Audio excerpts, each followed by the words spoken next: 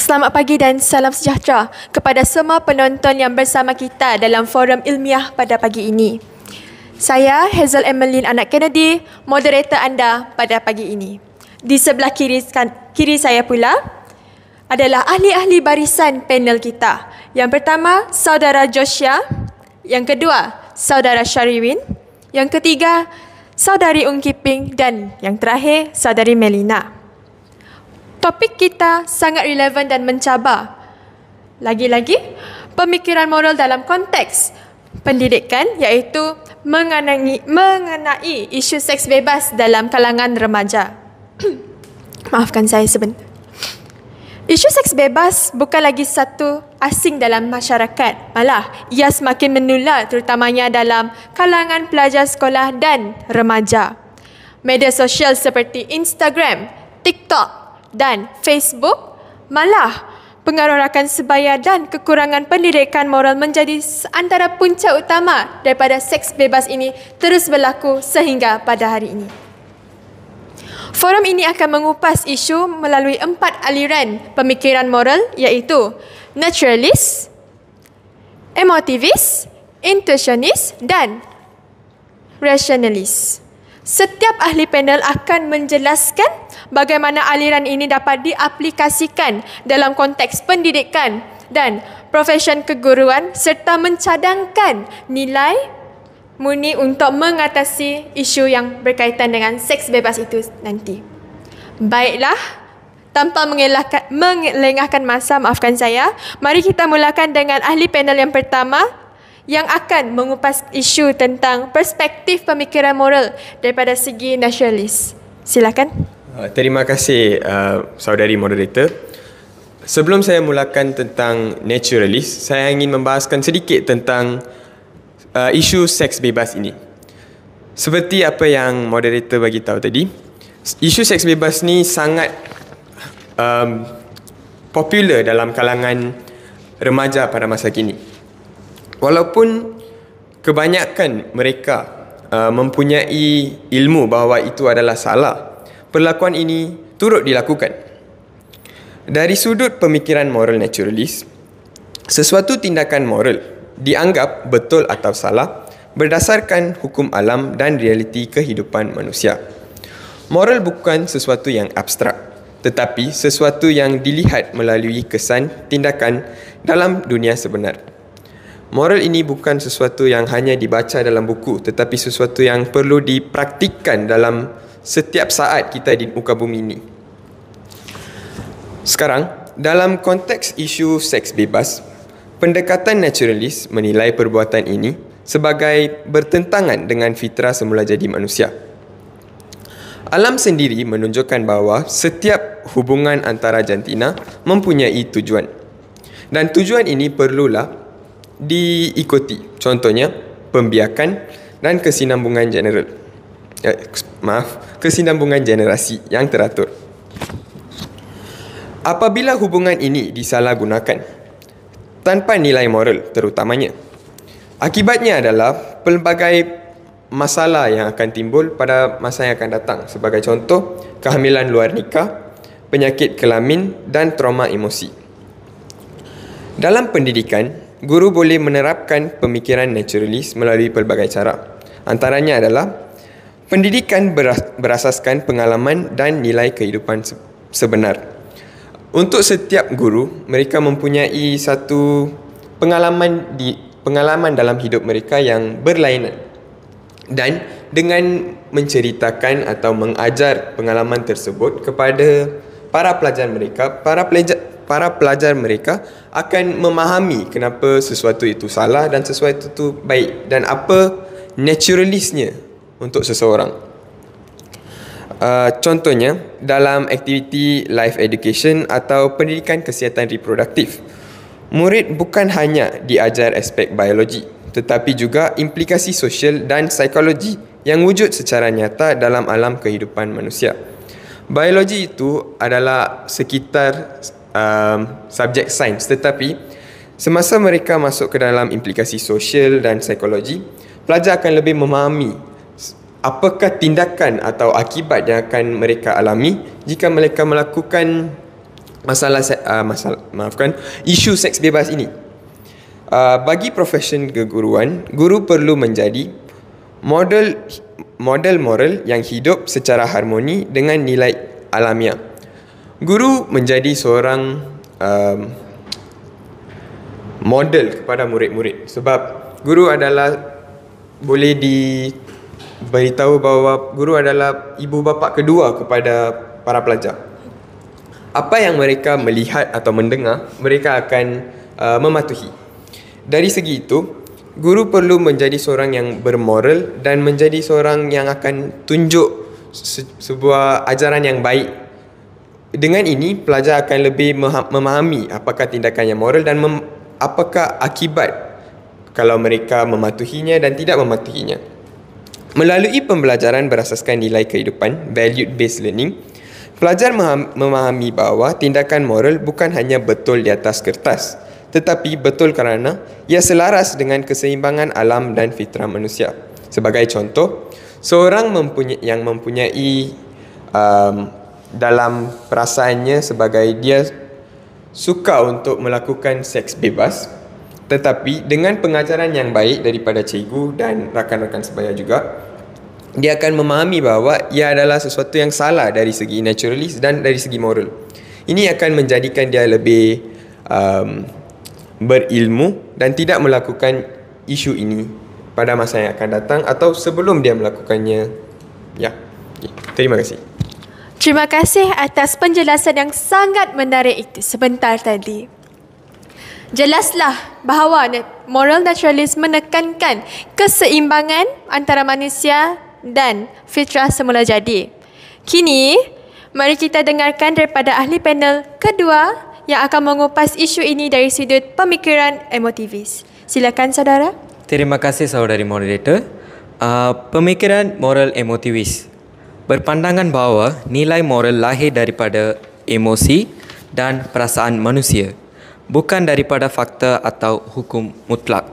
Dalam konteks ini, perbuatan dikatakan salah bukan kerana ia bertentangan dengan undang-undang, tetapi kerana ia menimbulkan reaksi emosi negatif seperti rasa bersalah, jijik dan kecewa.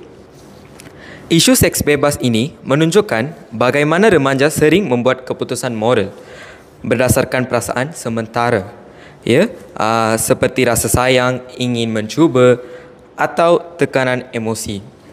Jadi, apabila emosi tidak dapat dikawal, mereka mudah tersasar daripada nilai moral. Seterusnya, dalam pendidikan dan pendekatan emotivis mengingatkan kita bahawa pendidikan moral tidak boleh hanya intelektual, tetapi perlu melibatkan pendidikan emosi, iaitu emotional literacy. Guru perlu membantu pelajar mengenali, memahami dan mengawal emosi supaya mereka mampu membuat keputusan berdasarkan nilai diri, bukan dorongan nafsu atau tekanan sosial. Tegasnya, sebagai contoh, dalam bilik darjah, guru juga boleh melaksanakan pelbagai aktiviti seperti role play atau refleksi diri untuk mengetahui pasal setiap pelajar, di mana pelajar itu meneliti perasaan dan akibat tindakan tertentu. Contohnya, bagaimana seorang pelajar perempuan mungkin berasa apabila dikhianati oleh selepas hubungan bebas. Bagi profesion keguruan, pemikiran emotivis menuntut guru menjadi model empati dan kasih sayang. Jadi, guru harus mendidik dengan hati, bukan hanya dengan arahan saja. Nilai seperti belas ihsan, empati dan tanggungjawab sosial perlu ditekankan agar pelajar membina kekuatan emosi untuk menolak godaan yang menyalahi moral. Terima kasih. Terima kasih ahli panel kedua. Pendekatan emotivis memang menekankan kepentingan emosi dan kasih sayang dalam pendidikan moral.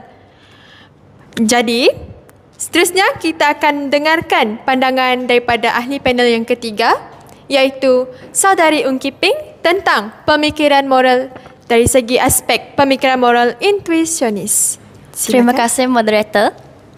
Dari sudut pemikiran moral intuisionis, manusia dilahirkan dengan keupayaan semula jadi untuk mengenal baik atau buruk melalui suara hati dan gerak hati.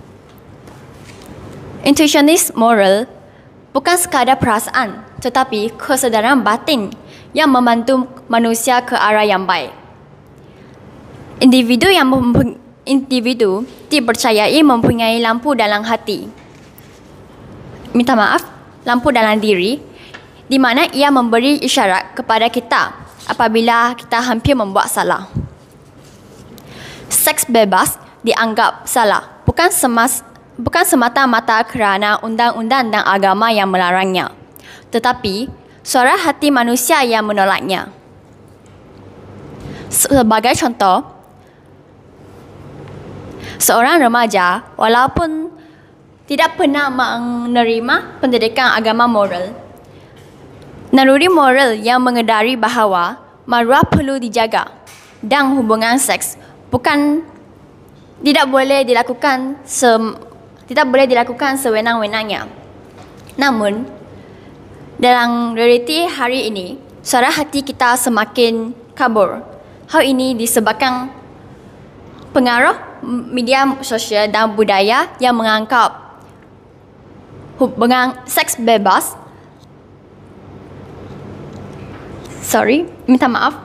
disebabkan pengaruh media sosial dan budaya menganggap hubungan bebas merupakan tanda kebebasan. Bukan itu sahaja, rakan sebaya juga menormalisasikan seks bebas sebagai trend moden. Bukan itu, selain daripada itu, kurang bimbingan moral dan rohani di sekolah dan keluarga juga akan menyebabkan suara hati kita semakin kabur. Dalam konteks pendidikan, guru perlu mengaktifkan semula intuisionis moral pelajar melalui bimbingan moral dan refleksi diri. Melalui aktiviti seperti jurnal nilai diri dan refleksi akhlak mingguan, pelajar diajak menilai keputusan mereka berdasarkan suara hati. Bukan hanya kerana takut tak ada hukuman, tapi ingin menjadi insan yang bermaruah. Dalam profesi keguruan, guru yang memiliki dan berpantukan intuisi moral akan membuat keputusan dengan bijak. Apabila berhadapan dengan murid yang terlibat dalam seks bebas, guru perlu mendekati mereka dengan empati dan kebijaksanaan, bukannya menghukum mereka semata-mata. Ini mencerminkan kebijaksanaan moral dalam tindakan guru. Terima kasih. Terima kasih atas huraian yang mendalam itu. Sekarang kita akan beralih kepada ahli panel yang terakhir yang akan menjelaskan isu dari sudut pemikiran moral rasionalis. Silakan saudari. Terima kasih saudari moderator. Pemikiran moral rasionalis menegaskan bahawa tindakan moral mesti diasaskan pada akal dan juga prinsip sejagat, bukan sahaja dengan emosi atau naluri semata-mata. Bagi rasionalis, sesuatu tindakan perlu dianggap bermoral apabila ia berlandaskan dengan prinsip moral dan juga yang boleh diterima oleh semua orang secara adil dan juga logik. Dalam konteks isu seks bebas, perbuatan ini dilihat sebagai tidak rasional dan juga tidak bertanggungjawab kerana ia membawa mudarat yang memberi impak yang besar kepada diri, keluarga dan juga masyarakat. Akal yang waras akan menolak tindakan yang memberi kesan yang besar seperti kehamilan luar nikah, gangguan mental dan juga masa hadapan yang terjejas. Dalam konteks pendidikan, pendekatan rasional ini penting untuk melatih pelajar untuk berfikir secara kritikal dan juga berprinsip. Guru juga perlu melaksanakan perbincangan yang berkaitan dengan isu seks bebas sebagai contohnya remaja yang hamil sebelum nikah. So dan juga bertanya pelajar untuk menganalisisnya dengan menggunakan prinsip akal yang seperti maruah, adil dan juga berprinsip. Dalam profesion keguruan, guru yang berpandukan rasionalisme akan bertindak secara adil, konsisten dan juga berprinsip. Mereka tidak akan berpandukan berdasarkan emosi, tetapi mereka akan berpandukan prinsip keadilan dan juga kesejahteraan pelajar. Ini yang akan menjadikan seorang guru itu berpendidik yang berintegriti dan juga berpandangan jauh. Itu sahaja daripada saya. Terima kasih. Terima kasih kepada semua ahli panel atas pandangan yang bernas dan mendalam. Daripada perbincangan ini, jelaslah bahawa keempat-empat aliran pemikiran moral mempunyai peranan penting dalam menangani isu seks bebas dalam pendidikan. Jelas kita dapat lihat daripada aspek pemikiran moral naturalis yang menekankan keseimbangan fitrah dan pembelajaran berasaskan pengalaman. Dan bagi emotivis pula, kita dapat simpulkan bahawa dalam menumpukan kepada pengawalan emosi dan kasih sayang dalam mendidik. Seterusnya, bagi intuisionis, yang memperkukuhkan suara hati dan kebijaksanaan moral pelajar. Dan yang terakhir, rasionalis, yang mengasah pemikiran moral dan pemikiran kritikal dalam prinsip etika dan pemikiran yang rasionalis. Dan pemikiran rasional, Dalam profesion keguruan pula, guru bukan sahaja menyampaikan ilmu tetapi juga membentuk nilai moral dan akhlak bagi setiap pelajar. Yang pertama, guru perlulah mempunyai nilai-nilai keempat-empat nilai pemikiran moral tersebut. Yang sebagai contohnya, berfikir dengan akal iaitu rasionalis, merasai dengan hati emotivis, bertindak dengan kebijaksanaan moral intuitionis dan mendidik dengan kesedaran fitrah naturalis.